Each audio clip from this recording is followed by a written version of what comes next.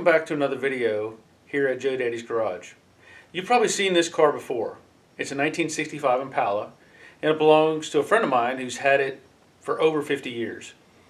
I've done a variety of things to this car over the years for him, and he had a problem with the radiator leaking, so I replaced that radiator, and there's a video for that. I also did a walk around video of the car itself, and I did another video where I replaced the trunk seal. I still have the door seals to replace as well. When he brought me the car, I noticed real quick that there was smoke rolling out of the back wheel wells. That indicates to me there was something wrong with the brakes. I asked him if the parking brake was on. He had said no, and it smoked for a while. I mean, it was really hot. So I'm checking out the brakes. The car is jacked up from the center of the differential, and I have jack stands underneath the frame on either side. The problem is the wheel cylinders have gotten contaminated. Moisture gets in there sometimes and causes rust and corrosion, and nothing wants to move. And when you push on the brake pedal, the plungers within the wheel cylinder will move out and then stick. They don't want to retract back in, and that causes serious problems. So the task I have is replacing the wheel cylinders, and I'm replacing the brake shoes as well, because they got very hot and they cracked. So I'll show you that as we go along. So this repair, I'm going to take apart everything on the wheel or on the brake assembly, change out the wheel cylinder, put everything back together, and then bleed the brakes. So hopefully you will find something useful in this video. Before I get too far along, I want to show you some components that are in the assembly here. This is your backing plate back here. That's what everything attaches to. You've got springs, you've got retainer springs that hold the shoes in place. There's the adjusting mechanism at the bottom for making the brakes get tighter, and there's also a parking brake deep inside here. There's a cable attached. Up at the top here, this is your wheel cylinder. And if I were to take it out and show it to you, it would look like this. This is the one from the driver's side. It has a cast iron body, it has plungers inside, and then it has a rubber boot on each end. And that's supposed to keep out any contamination, but it doesn't always work. There's also a set of plungers on the, or posts, let's say, that go on the end here, and that is what is actually touching the brake shoe on either side. Now, as this gets contaminated, it causes problems because it gums up everything inside and it doesn't want to move. And at this point, there's just gunk built up inside of this wheel cylinder. And that's just on one side. Let's see what the other side looks like. Yeah, same thing. And there used to be that you could take these apart, or people would take these apart and run a hone inside, clean them all up, put fresh boots in, and be done with it. But anymore, these are not that expensive, and you can just buy new ones and replace them. On the back side, this is where it would mount like this into the backing plate. If you turn it around, it has two bolts that hold it in place, and also this is a fitting for the brake line. Whenever you do one of these or install one of these, you have to bleed the brakes, and I'm going to go over some of that. But this is the brake bleeder. It has a little hole in the end of it, and when you open that with a wrench, that allows fluid to come out of the wheel cylinder. So you got to make sure that's tight, otherwise you'll get air in there and that causes problems. These are the shoes from the other side, and you can see all these cracks. I hope you can see them in the video. There's cracks in the shoe, and this one's really bad. Got way hot and just had to be replaced. So I've already done the other side of the car, but I'm going to get started on this side, and I'm going to have to remove everything you see here to replace the wheel cylinder. One thing I want to tell you is I don't do this probably in the conventional way that you would see like a brake shop or something do. I don't use the pliers and tools that they have. There's tools that are made specifically for taking stuff like this apart. I don't do that. I've tried them. I don't like them. I'm more comfortable doing it my way, which may seem a little more crude, but it's very effective. That said, this is my primary tool. And another tool that I use to take all this apart. Now I want to also mention, whenever you do one of these, only do one side at a time. You want to keep one side together just in case you miss something. Another thing is, when you look at your brake shoes, you're going to see they look identical to the naked eye, just looking at them, but there's actually a difference. If you look at where the location of the contact area is, one side is shorter than the other. And if you look at this one, the longer one is in the rear and the shorter one is in the front. So you can compare those to each other. And when you do that, what I like to do is I'll set the shoe, the new one, down on the floor. Alright? The reason for that, and this is just a simple way you can do this yourself, when you take something off, attach it to the shoe that's laying on the floor. That way you know exactly where it came from. And then you can transfer that. When you take these off, set them on the floor, you can transfer back onto the old shoes. When you put the new ones on, now you have a template. Hope that makes sense. So to start with, I need to remove this spring and this spring. And to do that, I'm going to clamp onto them with vice grips. Now again, I've been doing this a very long time, and I've never had an issue doing it this way. It's easy to get a hold of. I rotate that out of that hole, and you can see it's got a crazy little end to it. So it came out of that hole right there above the spacer bar, let's say, and it rotates around. So take that and put it in that hole on the new shoe. So now you see what I'm talking about. I put it in the new shoe. Now I want to take off this spring. So I'm going to get a hold of that, push up, and remove it. Same deal. Take it out of the hole, put it in the opposite shoe, and I know where it goes. I want to remove this rod, so I'm going to open the vice grips up a little bit, get a hold of that rod, and separate that. Now you may see it connects to this plate back here. It has a little hook. I know where that's going to go, so I don't need to worry about this one. I can set it aside. Down at the bottom, you have your adjuster, and I know I can't get the camera down there very far. Let's see if I can focus down there. You have your adjuster wheel, and that is held in place by another spring. You can just see the end of it here. That's behind the adjustment arm. So that spring is going to have to come off as well. And you can grab a hold of that again with the vice grips and disconnect that. And you can see stuff starting to get loose. I'm going to let that spring stay right there for the moment. Well, no, I'm not. It came out, but I already know that it goes in this hole on the bottom of the rear shoe. So I'm going to put that in there, and then the adjuster comes out. Let me zoom out a little bit. Now this is specific from side to side. This one, when you turn it, you can see it. I'm turning it counterclockwise and it's closing in. Clockwise, it stretches out, gets longer. That's because for the adjuster, it pushes down on these little teeth, and when it does, it forces that to go backwards or extend out, and that's what tightens up your brake shoes. So I want to retract that. I'm going to turn that all the way in and set that down. Alright, things are getting loose now. You got this little plate up here. We take that off, set that in the middle on the floor. Now the only thing that's really holding this together are these springs that are holding the shoes on.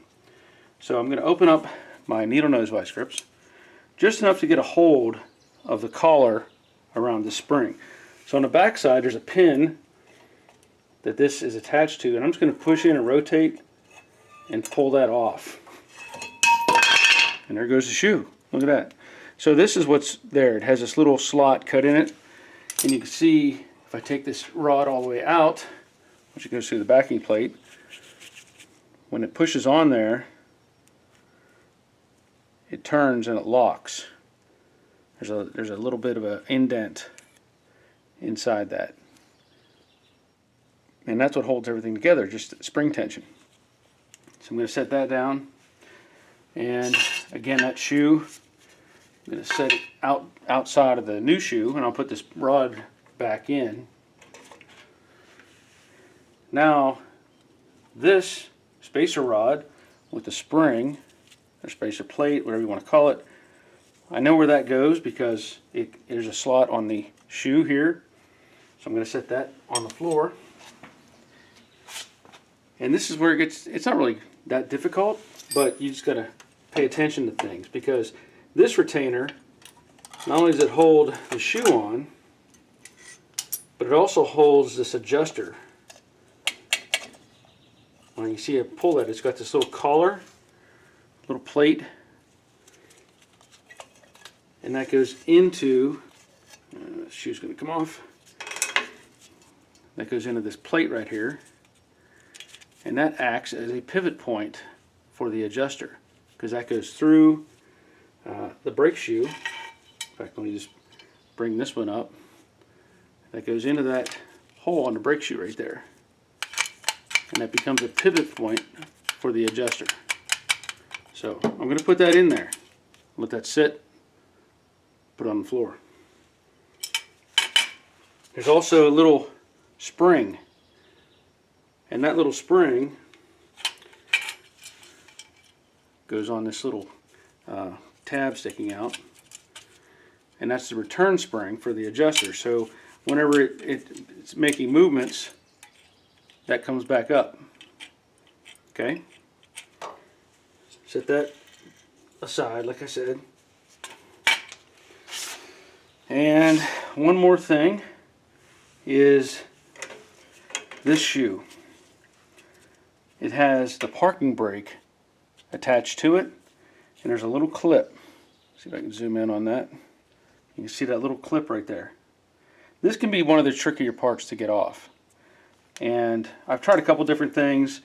I have a pair of these, I call them duckbill pliers. I was able to get on the edge of it. I know I did it on the other side, and I know I'll be getting the camera, or I'll be getting in the way of the camera, but I just kind of push that back a little bit by catching the edge of the clip.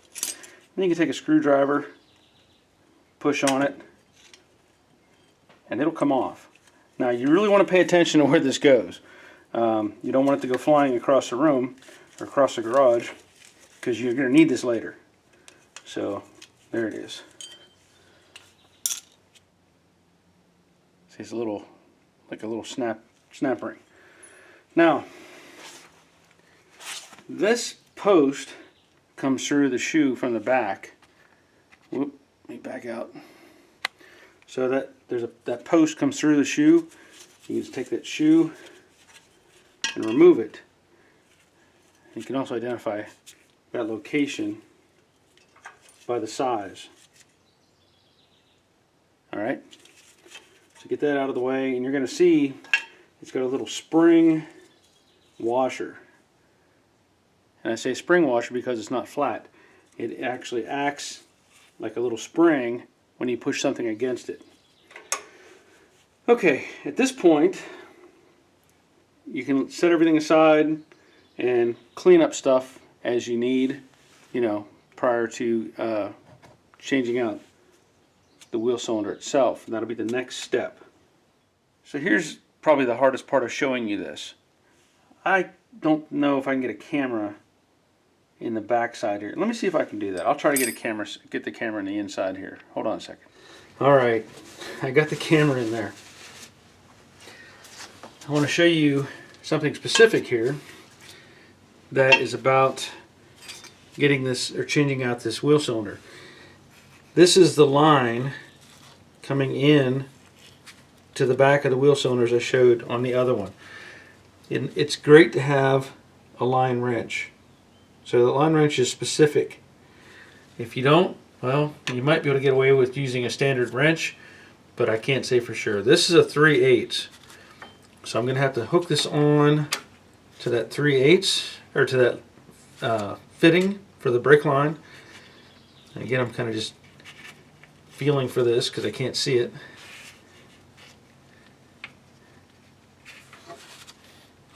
There it is. So that's on, and I need to break that loose.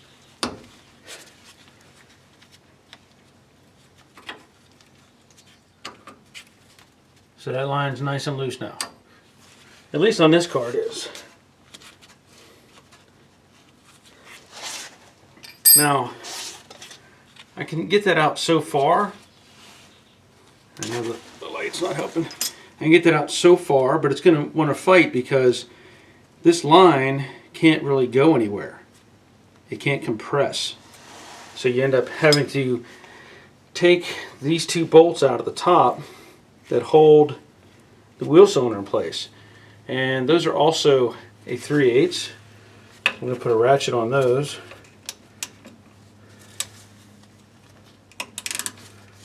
Break those loose.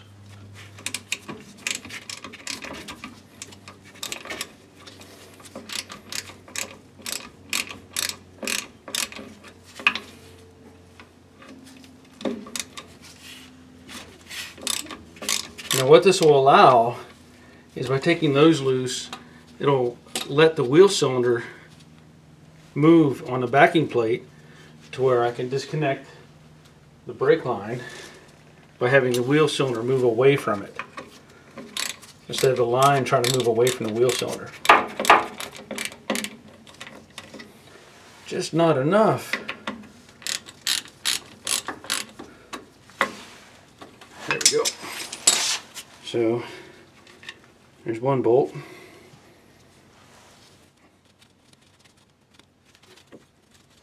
And sometimes you have to wiggle the wheel cylinder a little bit because there may be tension on the edge of the bolt.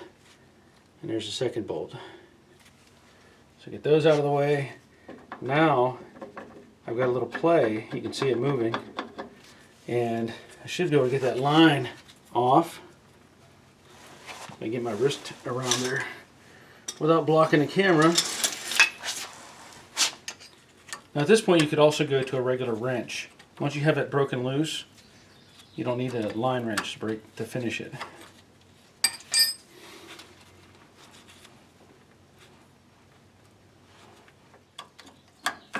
There we go. Okay. Whew. Brake fluid's making it slippery. Okay, now I've got the old wheel cylinder out, and what I need to salvage from it is the pins. You can see the pin sticking out of the end. I guess I'll have to pull out the camera and show you that, but since I'm here, I'll go ahead and put the other wheel cylinder back in, the new one. Now for the fun part. Trying to get the wheel cylinder back in place and getting the fitting to line up in the hole. Be a bit of a challenge.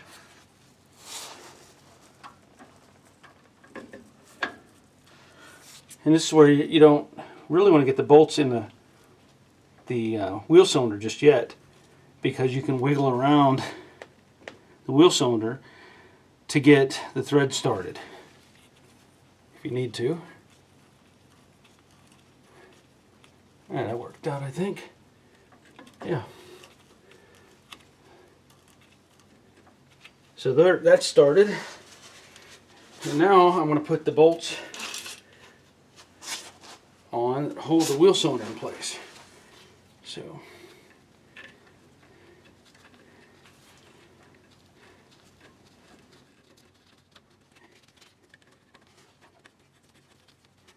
once those are started, tighten them up.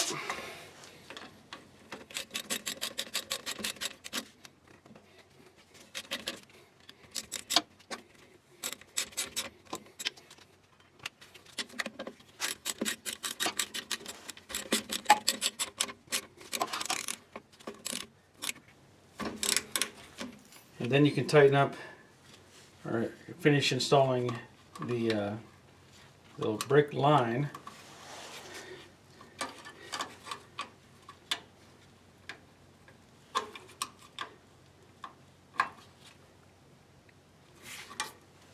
Now that I have that snug, we come back with the lime wrench to make sure it's tight.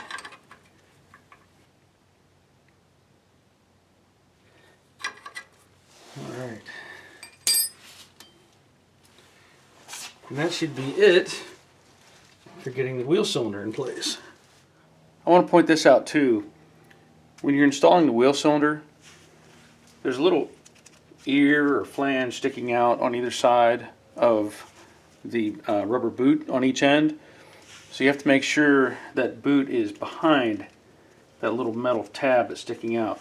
Otherwise you could damage it. I also want to show you that this is what it's supposed to do. You can push these in with your fingers when everything's working correctly. Now also you want to salvage the plunger ends or pins or however you want to call these, and the rest of this is no good. If I take that boot off, you can just see how bad that is corroded and gummed up and garbage at this point. So I'll clean up these two pins a little bit and then get them pushed back onto the ends. Now, as I said before, when I took off all the hardware, I had put them on the new shoes, and now I've transferred everything back onto the old shoes so that the new ones are free and I can get them on the car. The adjuster is in place. I think it actually sits this way. And then I want to point out too, the little springs, those are different heights. So whenever you take those off, make sure you indicate front or rear so that when you put it back on. I believe the shorter one is designed because of this offset here, and it sits in that cup. So just know that there are differences in this case. Not all cars are like that. Some have the same size spring on either side, but that's how these were on, and that's how I'm putting them back on. Alright, so I'm going to start putting things back together, and I'm going to take these and put them on the ends. The rubber boot will hold them in place, and you press in, keep them from falling out. And now I need to attach the parking brake to the new shoe. So it's only going to fit, like I said, in one place. There's that little spring washer. That'll go or stay on the shaft. I press that through, and then I take the snap ring and get it on to that post. It's a little tricky. Well, I say it's tricky. It just slipped right on. Great. I don't have to fight with that. Now I want to set this up in place. Have that pin come through the shoe. Line it up on this notch for the plunger. And then I'll transfer the adjuster assembly. I'm not worried about the spring right now. I just want to get the adjuster assembly in place. So that has to go around that pin. And then I can set, I might be able to do this with my fingers. I know it's not that strong of a spring. Yep. So there's that. So that's your pivot, and that's all in place. And then, let me get that up, set there. I can put the little spring in. And that's just a matter of lifting up on the arm and kind of snaking it up underneath. And it goes right in. At this point, because the spring that holds the adjuster in place has two different ends.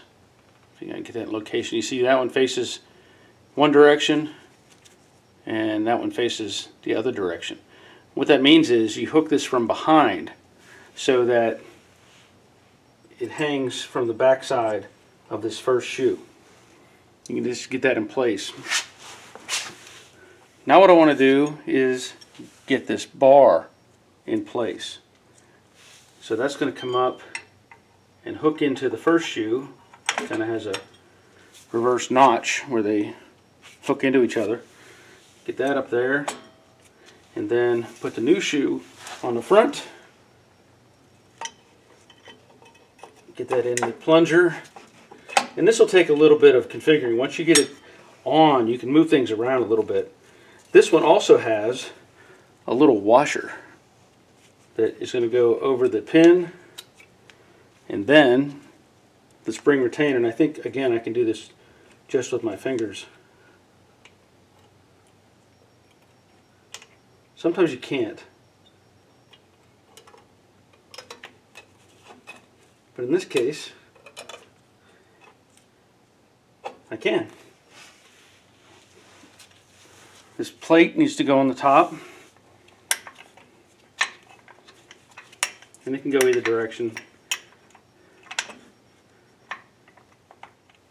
Now I want to attach this rod, which hooks into the adjuster. A little hook down there. And then that should, I would hope, it might take a little bit of effort to get it up over that pin. There it is. So that holds that in place. And really that's all you need on the left side. And you want to make sure that the shoe is lined up on the pins, on the plunger and that sort of thing. And then the other side, you want to make sure you have the spring on the end of this plate, the separator, and then work the other shoe onto the other side of the plunger. Now, the other thing I need to do is connect these other springs. So this is one off of the forward brake shoe, and I need to grab a hold of that with my vice grips. You can use different tools. I just know what I'm happy to use, and I'll grab a hold of this and then hook it onto that pin. So now that forward shoe is where it needs to be. Make sure all these things are in place. And then on the rear shoe, I need to put on this other spring. I have it hanging on the old shoe. Hook it into that hole. And that's going to hook onto this arm or this rod that I just connected. I'm going to get a hold of that and bring it up and hook that. Okay, that's really the hardest part of getting all this in place. Now I have to get the lower section together. So let me see if I can change the angle on the camera just a little bit. Now with the adjuster collapsed all the way in, it's all the way tight. That's going to go in, but I want to hook on this spring first. I want to make sure that's connected. And I can really just hook it together like that. I don't even have to put any pressure on it. Now the adjuster has to fit on the bottom part of each one of these shoes. Again, where I talked about this little notch. It's going to fit into that. Alright. So I'm going to rotate this up in and line up the rear one first. And then the front one, it's actually just going to piece together. The reason for that is I've got no tension pushing these shoes apart. And if I put the drum up there, it's going to fit without any effort. I mean, it's just going to basically slide right on because the shoes aren't adjusted yet. So we'll get to that in just a second. Alright, so I want to adjust this. I don't want to have the drum loose on there. To do that, I have to turn that adjuster on the bottom. And if you look at it, this arm,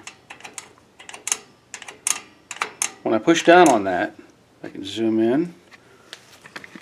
Sorry, I know I need to redo this a little bit.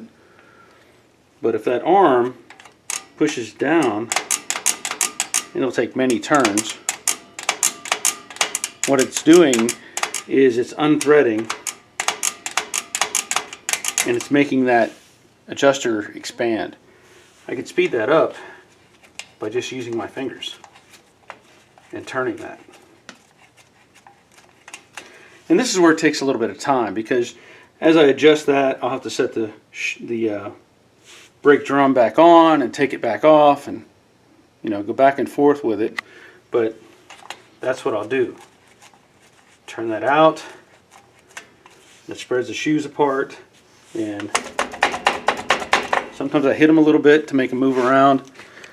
Try to get them in a neutral position. And again, I'll keep testing the brake drum. Too much play.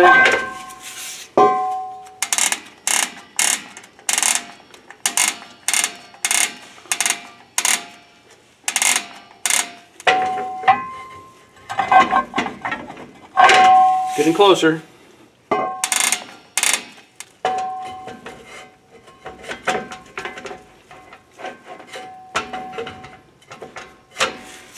If you go too far, just pull it on that little tab and rotate this back in.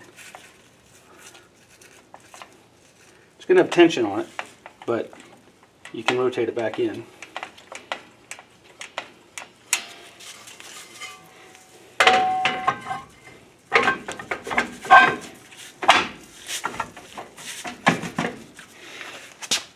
Now ideally, you want to be able to rotate this and just have a little bit of tension on it.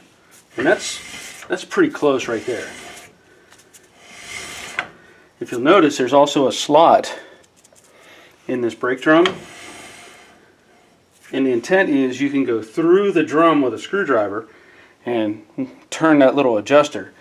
I don't like to do that because if you go too far, you make the drum too tight, then you have a hard time making it go backwards. You can't loosen it up as easily as you can by doing the test fit. So that's pretty close. Yeah, that's pretty close. So that's it.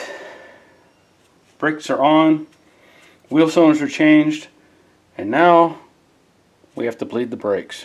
So I'm going to need some help for that part. So for me to bleed the brakes, I'm going to have some help.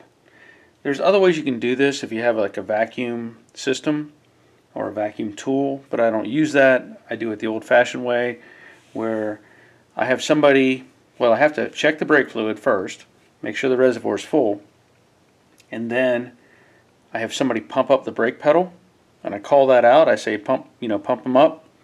They pump the brakes. I say hold it down. They hold the pedal down.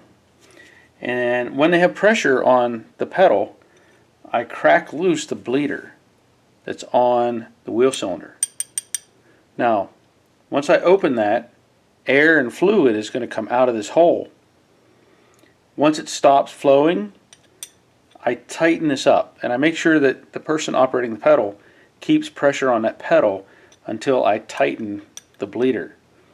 Then I'll say pump it up, and they pump the pedal again. I tell them hold it down, they hold it down, and then I break open the bleeder, let the air and fluid come out. Now, I'll repeat that several times, and while I'm doing that, I need to check the reservoir on the master cylinder and make sure it doesn't go too low that you start pumping air into the system. And that's about it. Once it gets to the point where it's not pushing out anything except for straight fluid, no air, then this one is bled. I also start with the right rear because it's further away from the master cylinder than the left rear. So that line, as it splits on top of the differential housing, the line coming this direction to the right side will all be clear of air, and then I can work on the left side and take care of it. So that's really all it takes. And what I'll do, I'll try to demonstrate all of this, but I want to give you an overview of how I do it. So I'm waiting for my assistant to show up, and when he does, I can start the process. Okay, so the first thing I want to do is check the fluid that's in the master cylinder. And I also wanted to point out that I'm using some Valvoline DOT 3 and 4 synthetic brake fluid. And this says specifically on the bottle that it'll mix with conventional fluid, that anything that requires DOT 3 and 4. So that's what I'm using. Now to get this open, I'm going to take a screwdriver You get underneath this catch and open that up. Now I know, or I assume, this is going to be drawn down a little bit. It has the gasket or boot inside that as the fluid goes down, it goes away or into the reservoir. And that helps keep it airtight in a sense. So when you do this, you kind of have to massage this back into place and get it back into shape. But I'm not going to worry specifically about this at this point. All I want to do is top off that reservoir and then start bleeding the brakes.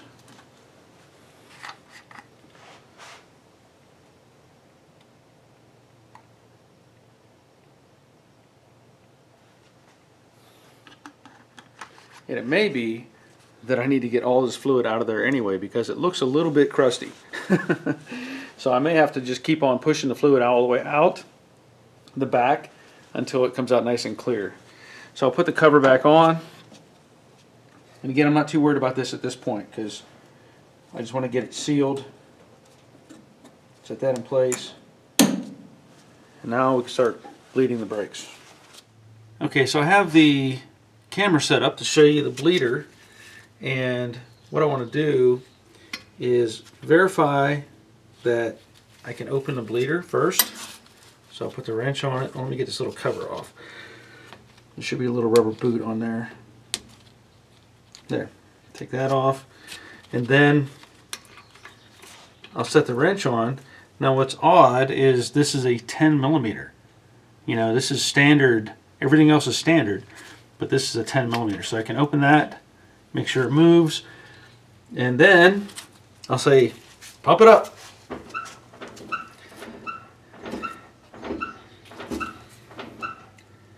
Okay. Hold it down. All right. Now I'm going to crack this open and try to keep fluid or anything from flying all over the place. So I'm going to open it slowly, and the pedal will go down, and then I'll close it. There you can see some fluid coming out. And I'll say pump it up.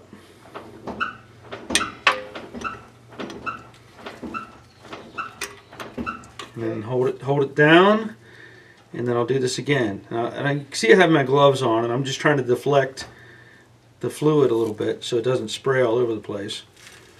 But fluid comes out, and there's some air coming out. I can hear it.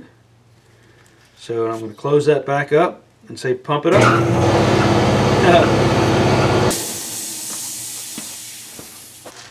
Alright, he's going to hold it down, and I'll open again.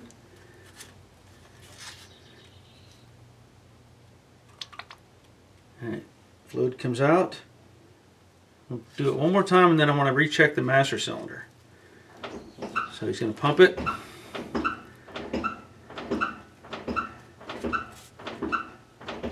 Okay.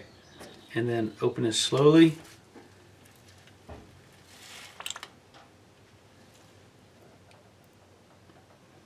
And I'm going to close it back up. Now, I'm going to go check the master cylinder and make sure that there's fluid.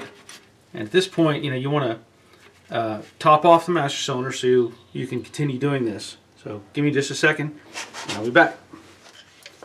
Okay, he's going to pump it up again.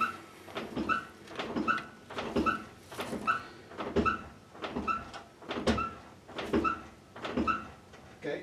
And then I'll open the line. I still see some air coming out, so pump.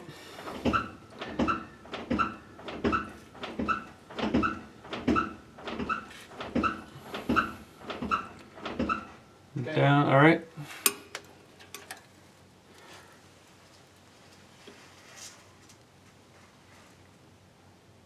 Okay, it looks like I've got good fluid. So we'll go do the other side. I'm not going to film that. Well, I hope the steps that I've shown you in replacing the brake components and bleeding the brakes will be beneficial for you if you're taking on a project like this. You know, they use brake drums well into the 80s, 90s, and they're very similar. They're going to have a wheel cylinder and shoes and springs and all that sort of thing. Now, I will point out, as we were bleeding the brakes, we had some issue with the amount of fluid coming out of the bleeder valve at the wheel cylinder. What I've determined is the brake hose that connects the hard line from the front of the car to the back of the car, or the differential, it comes back through the brake hose, because you know, if your car is going up and down, you can't have a rigid line. You have to have a hose that takes up that slack, let's say. Well, these hoses, and you may run into this. I'm pointing this out because you may run into this with other projects. Those hoses can deteriorate, and I've even seen it on newer cars with calipers, that the hose deteriorates and it clogs up the return, or it holds pressure on the brakes. I've seen it in modern cars where the caliper kind of gets tight and stays that way, and it's because the fluid can't come back through the hose because the inside of the hose is messed up. That's the same situation we're having on this car, and that explains why, partly why, the brakes were smoking so bad. So the wheel cylinders, yes, they were messed up. The shoes, definitely messed up from being overheated, but it's all kind of compounded, let's say, by that brake hose. Now, I've ordered the brake hose, and it's going to take a few days for it to get here because it's not a common item. It's not something they carry normally. And what I'll have to do is get back under the car, take the hose out of the system, put the new hose in, and then rebleed the brakes. So just know that going forward, that I'm not completely done, but I want to get this video completed and get the information out there. So if you're having some issues and you look at your wheel cylinders and you're like, well, they're functioning, they're moving fine, start backtracking and realize that there's other components that could be wrong. You wouldn't normally look at a hose and go, you know, this hose is bad. You can look at the outside and it looks fine, but the inside is what breaks down, and it can definitely cause some clogging issues or holding pressure, you know, the wrong way, or not letting pressure be relieved, let's say. So just keep that in mind. Otherwise, I hope it was a pretty straightforward process that you could follow, and if there's any comments you want to leave, that would be great. If you liked the video, by all means, throw a thumbs up on there, and you know, if you haven't subscribed, please do. I like doing these kind of videos and trying to share information on these old cars, because a lot of people just aren't aware of how these things are put together. And if I can get that information out there and help somebody out, I'm happy to do it. But that's going to be it for this video. I have another video to make on this car, and it's going to do with be about the door seals. And we'll go get into more of that later. But until next time, take care of yourselves. See ya.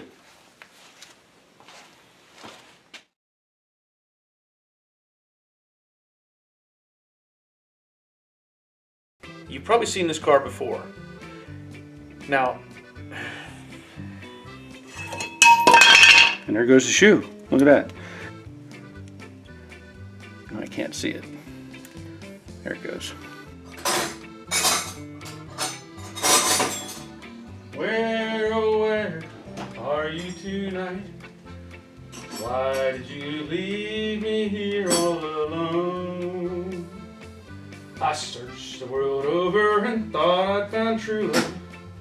You met another and you were gone. Alright. That's always a bit of a challenge. Now in a confined space. And now for the fun part. Trying to get everything back in place.